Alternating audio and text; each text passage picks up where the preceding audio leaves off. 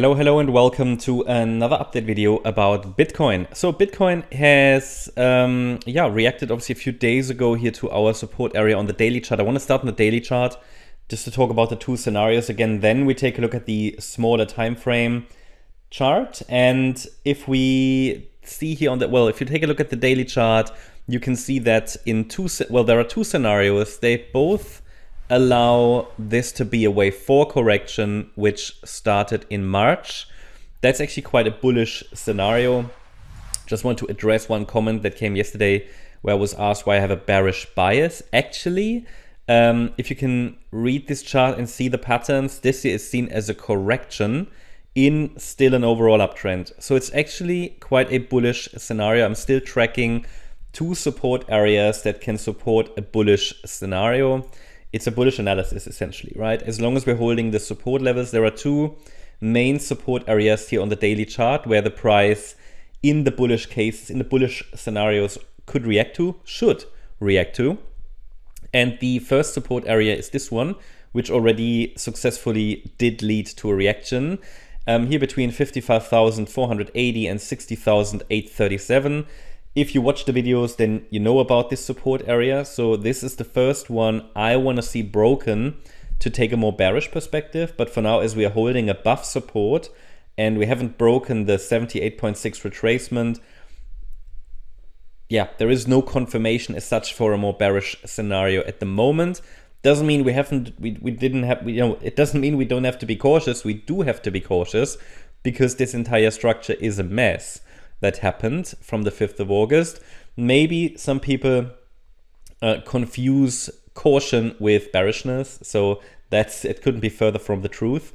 It's just that this here is not impulsive to the upside at all. Therefore, be ready for breakdowns, but be ready for or watch for doesn't mean it has to happen. Just means prepare for it. These are not stable structures. So until we break out of this range, we have to be here ready for continuous movement in this kind of channel, right? And that takes us to the yellow count, which is, short-term bearish, but still it's an overall bullish scenario because there is this key support area, which is located between 43K and 49K. I will also, how to trade this, there are a few tactics I'm thinking about, a few strategies. One is essentially just to see this entire move as a range, this entire pattern all the way down to 43K, it's a range for grid trading. And there are a couple of other ideas I have how this can be approached, which I'll send through later as a trading tips post for our community on Discord. But essentially it's about gridding, okay? So buying, selling, okay? Buying, selling. So as we go lower, all the way down to 43K, we don't have to go to 43K, but it's about gridding. You're doing what a grid bot would do as well. So that's one way of approaching this. But there are other ways, which I'm gonna write that down. Need to get some clarity on them. Then just write it down, structure it, and that will be provided later for the community.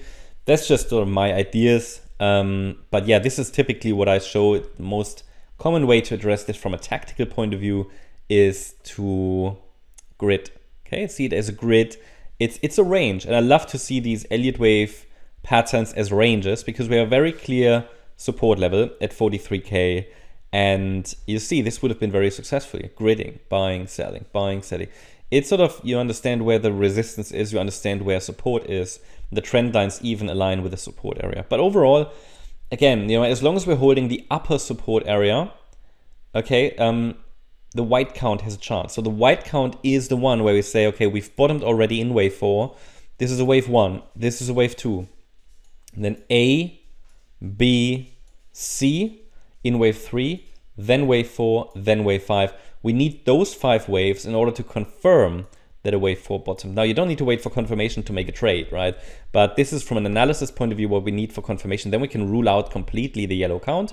Then the wave 2 will be the next really, really good setup for a trade to all-time highs. So that's the white count. Okay, in the yellow count, we need to see a break below 55,480. But even then, the bulls have a chance to make a comeback here.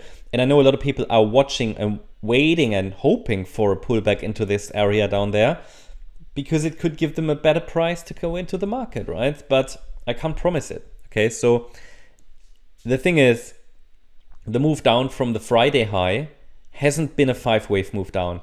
So yellow isn't confirmed. Only with 5 waves down, we would have a clearer confirmation. So now let's take a look at the shorter time frame. This is what you can see, the movement from the Friday high. Again, as I said to you before, this looks like a 3-wave move down so far. It didn't form a 5-wave move down. Well, that at least keeps the white count more clearly in play, because with a 3-wave pullback, while the price can do a larger ABC, it doesn't have to. See, had this initial move down been a 5-wave move, it would more clearly need to give us another low. Therefore, I've also added now a microstructure late yesterday for the blue scenario, which just, but I mean, the blue is just, you know, if this B wave already bottomed in the white count. But I need to see 5 waves. It's essentially what I've highlighted to you before. I need to see a 5-wave move to the upside in order to confirm that we've already put a substantial low in place. Substantial, but we haven't got that at this stage. So it's a corrective rally, and I explained to you yesterday the levels against which we can focus on higher. On Friday it was here 60,820. Then over the weekend it was 61,730, and it's the red line essentially, right? That's the level that needs to break in order to suggest that a local top has formed. Now with yesterday's push higher, already overnight, I've communicated that on Discord. We've moved up the key level up to 62,300. So that's the key level that now needs to break to indicate a local top is in place. There's a Fibonacci extension area here that we can watch between 64,415 and 65,459, where the price could react next if this is the white count. The white count, quick reminder, on the daily chart is the B wave rally, okay? So that means this is the next pivot. A break above it could more clearly indicate it's the blue count. So this is what the bulls need to overcome next to confirm something more bullish. But you see this is a very choppy rally so far, but the pullback is in 3 waves. So we can still watch possibly for the price to reach it. But bear in mind the key level here is 62,300. If that level breaks, this is now large enough for a B wave. We could be in wave C down. But again, a 5-wave move down would suggest that this is the case. So at the moment it's a 3-wave pullback and we're still holding above the key level. Yeah, that's the update about Bitcoin. Hope you liked the update. If you did, please hit the like button, leave a comment and subscribe. And if you really like the content, then please check out the channel membership. Also, make sure that you follow us on Instagram and Twitter for additional content. Thanks a lot for watching. Bye-bye.